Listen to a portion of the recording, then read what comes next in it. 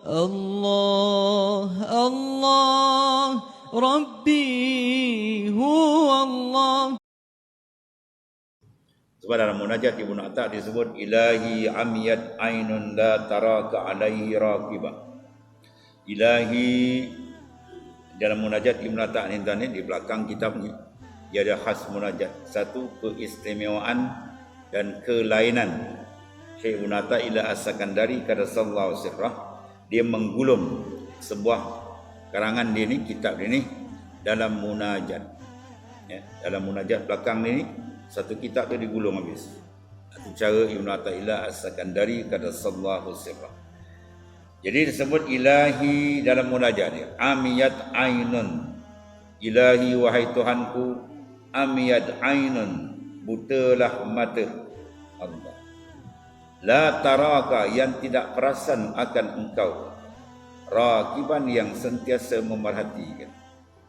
Kita mengaji dalam ilmu usuluddin, di antara ta'aluk sifat ya Allah Ta'ala yang berta'aluk ialah apa? Sifat inkishaf, basar, sama ilmu. Ya, ta'aluk sifat inkishaf. Apa makna inkishaf? Nyata. Ya, dengan basar Allah Ta'ala nyata dia melihat, dengan sama dia nyata jelas dia mendengar, dan dengan ilmu dia nyata jelas Allah Ta'ala pengetahuan. Sebelum kita ada, sudah ada dalam ilmu Allah Subhanahu Wa Ta'ala. Jadi antara dia ialah kesedaran kita ialah Allah Ta'ala memerhatikan. Tidak ada suatu saat pun terlepas Allah Ta'ala memandang.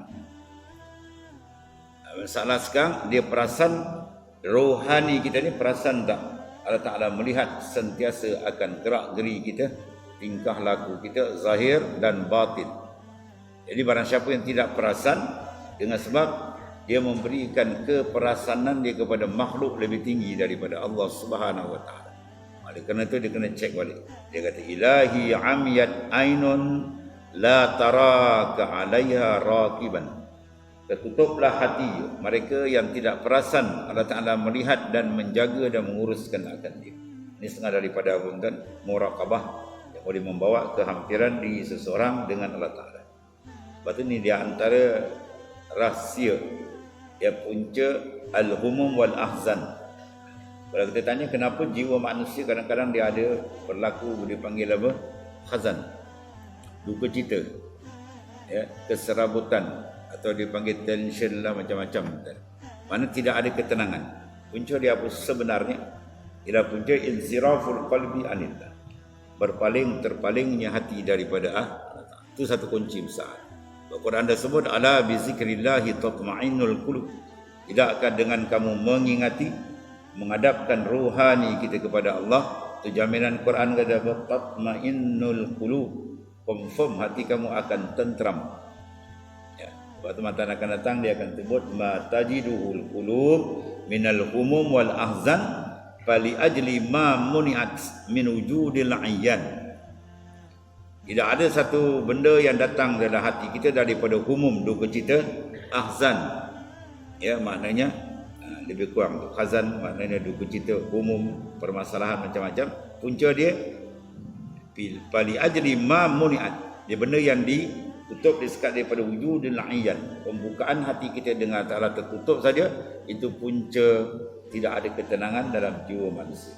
Sebab tu disuruh kembali supaya kita asah mata hati biar dia terang.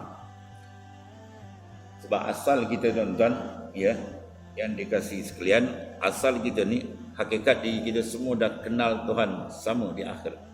Sebelum kita diutus ke dunia, semua kita dah mengenali Allah Ta'ala dengan sekenal-kenalnya.